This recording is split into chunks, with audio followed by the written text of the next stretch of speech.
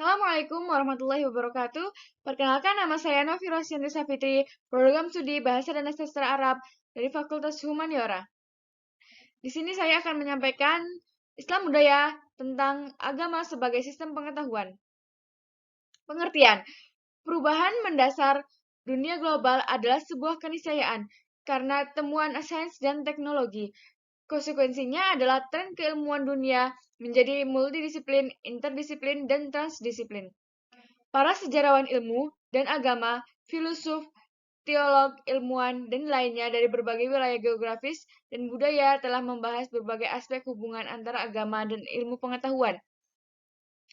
Meskipun dunia kuno dan abad pertengahan tidak memiliki konsepsi yang menyerupai pemahaman modern tentang ilmu pengetahuan atau agama, unsur-unsur gagasan modern tertentu tentang persoalan ini berulang sepanjang sejarah. Frasa berpasang-pasangan, agama dan ilmu pengetahuan dan agama, pertama kali muncul dalam literatur pada abad ke-19. Ini bersamaan dengan penyempurnaan ilmu dari studi-studi filsafat alam dan agama sebagai konsep berbeda dalam beberapa abad sebelumnya. Sebagian karena profesionalisme ilmu, reformasi, protestan, kolonisasi, dan globalisasi.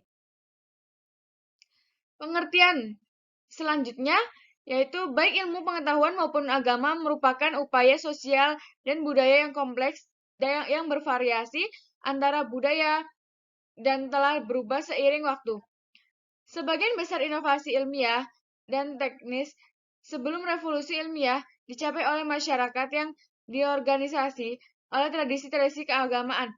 Para sarjana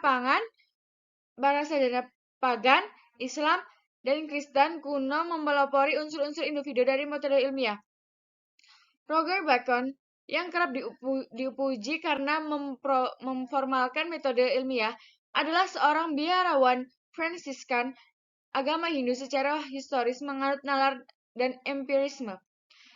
Berpendapat bahwa ilmu membawa pengetahuan tentang dunia dan semesta yang sah, tetapi tidak lengkap pemikiran Konfusianisme. Apakah bersifat religius atau non-religius, telah memiliki pandangan berbeda tentang ilmu dan dari waktu ke waktu. Sebagian besar umat Buddha abad ke-21 memandang ilmu sebagai pelengkap keyakinan menjadi udara, bumi, api, dan air yang lebih bersifat filosofis, dan para proto-ilmuwan seperti Anaxagoras secara tidak sopan mempertanyakan pandangan populer tertentu tentang dewa-dewa Yunani. Pada sarjana Timur Tengah abad pertengahan menggunakan pengamatan praktis dan eksperimental untuk mengklarifikasikan materi. Contohnya, peristiwa-peristiwa di Eropa seperti perkara Galileo awal abad ke-17 yang terkait dengan revolusi ilmiah dan abad pencerahan mengantar para sarjana seperti John William Draper menyusun postulat sekitar tahun 1874, sebuah tesis konflik yang menyatakan bahwa agama dan ilmu pengetahuan telah berada dalam konflik secara metodologis, faktual, dan politis sepanjang sejarah. Beberapa ilmuwan kontemporer seperti Richard Dawkins, Lawrence Krauss, Peter Elkins, dan Donald Porter menyetujui tesis ini. Namun, tesis konflik telah kehilangan dukungan di kalangan sebagian besar sejarah ilmu pengetahuan kontemporer.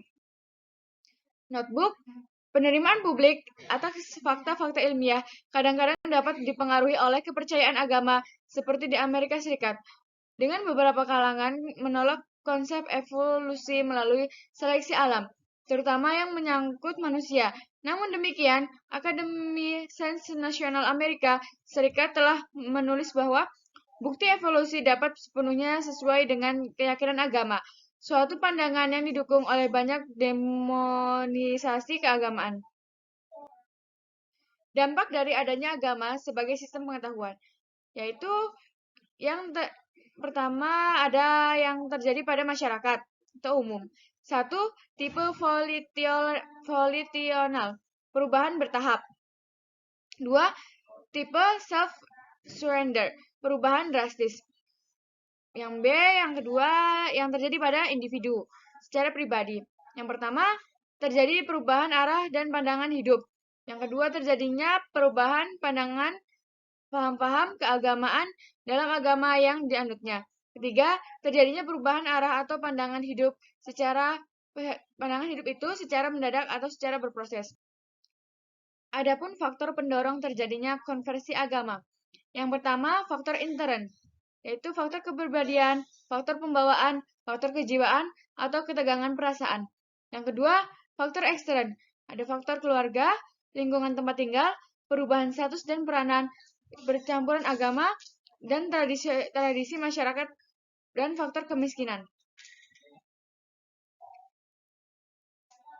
Ilmu pengetahuan telah memberikan rekomendasi untuk melunturkan kepercayaan agama, dan kita ketahui apabila orang yang memperoleh pandangan intelektual yang sangat berkembang, atau khususnya pandangan ilmiah, maka pandangan keagamaan mereka cenderung untuk merosot.